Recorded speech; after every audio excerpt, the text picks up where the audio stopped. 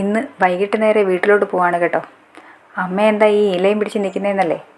വൈകിട്ട് ചായക്കുള്ള പലഹാരം ഉണ്ടാക്കാനുള്ള തയ്യാറെടുപ്പാണ്. മാവ് അവിടെ റെഡിയാവുന്നുണ്ട്. ദേവു തകൃതിയായിട്ട് തന്നെ തേങ്ങ തിരുമുന്നുണ്ട്. അപ്പോൾ ഇനി എൻ്റെ വകയൊരു സഹായം വേണമല്ലോ.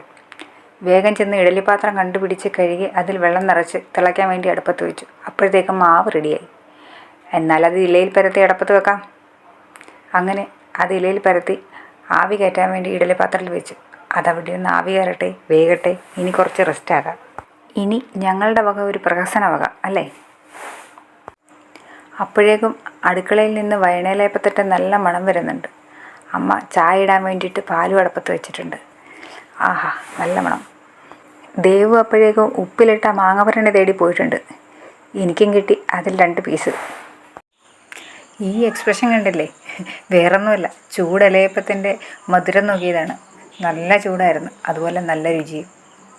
അപ്പോഴത്തേക്കും അടുക്കളയിൽ ചായ റെഡിയായി. അമ്മ എല്ലാവർക്കും വേണ്ടിയിട്ടുള്ള ചായ ഗ്ലാസ്സിൽ വെച്ച്.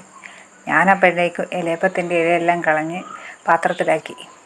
എന്നിട്ട് വെളിയിൽ പോയിരുന്ന് എല്ലാവർക്കും സൊറ പറഞ്ഞിരുന്ന് ചായ കുടിക്കാം. അതൊരു നല്ല വെയിവല്ലേ വൈകിട്ട്? നല്ല ചാറ്റമഴയും നല്ല ചൂടുള്ള ചായയും പേണയിലാപ്പവും. അമ്മയും എന്തൊക്കെയോ തകൃതിയായിട്ട് പറയുന്നുണ്ട്. അപ്പോഴത്തേക്ക് എനിക്ക് വീട്ടിൽ നിന്ന് വിളി വന്നു. ചിന്നാൻ എഴുന്നേറ്റു കരയാൻ തുടങ്ങിയിരുന്നു. പിന്നെ ഒരു ഓട്ടമായിരുന്നു. അങ്ങനെ ഞാൻ വീട്ടിലെത്തി. ഇന്നത്തെ വീഡിയോ ഇത്രയേ ഉള്ളൂ. Okay, bye, see U.